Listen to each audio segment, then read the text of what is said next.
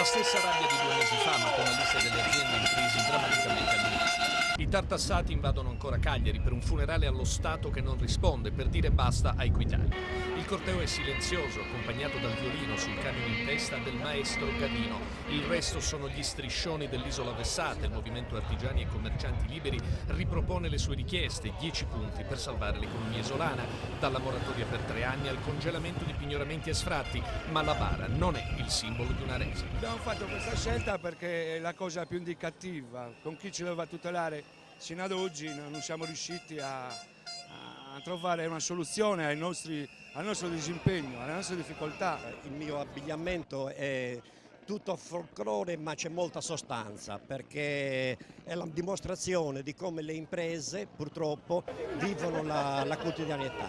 Non riusciamo a pagare l'INPS o l'INAIL perché non riusciamo a incassare e ci vengono raddoppiati gli oneri attraverso Equitalia e attraverso questi balzelli aggiuntivi.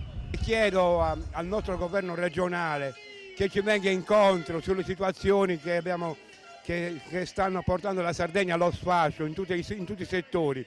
Non ci sono partiti né sindacati, il movimento raccoglie proteste e proposte, aspetta il condono, si appella alle banche, chiede appalti pubblici sbloccati e il sostegno delle aziende esposte con Equitalia. Ci ascoltano ma non si muovono, è l'accusa alla politica. Purtroppo in quella bara ci dovrebbe essere lo Stato, perché nelle bare purtroppo ci stiamo rimanendo noi. Tanti di noi si stanno togliendo la vita, questa gente non ha capito cosa ci sta succedendo. Siamo a un livello di povertà senza precedenti, la gente non ha più il pane da dare ai propri figli. In piazza c'è la Sardegna migliore, c'è la Sardegna che produce, c'è la Sardegna che lavora, che non può più lavorare, non può più produrre, per cui in vista a breve ci sarà uno grande sciopero generale dove chiameremo tutte le categorie sociali alla partecipazione, dove chiederemo lo stato di crisi per l'intera Sardegna.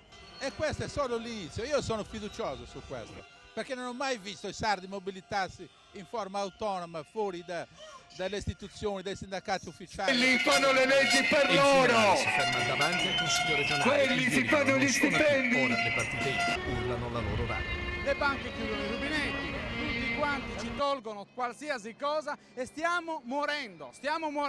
E questo il risultato delle partite IVA che non ce la fanno più e stanno venendo a dire basta, una volta per tutte.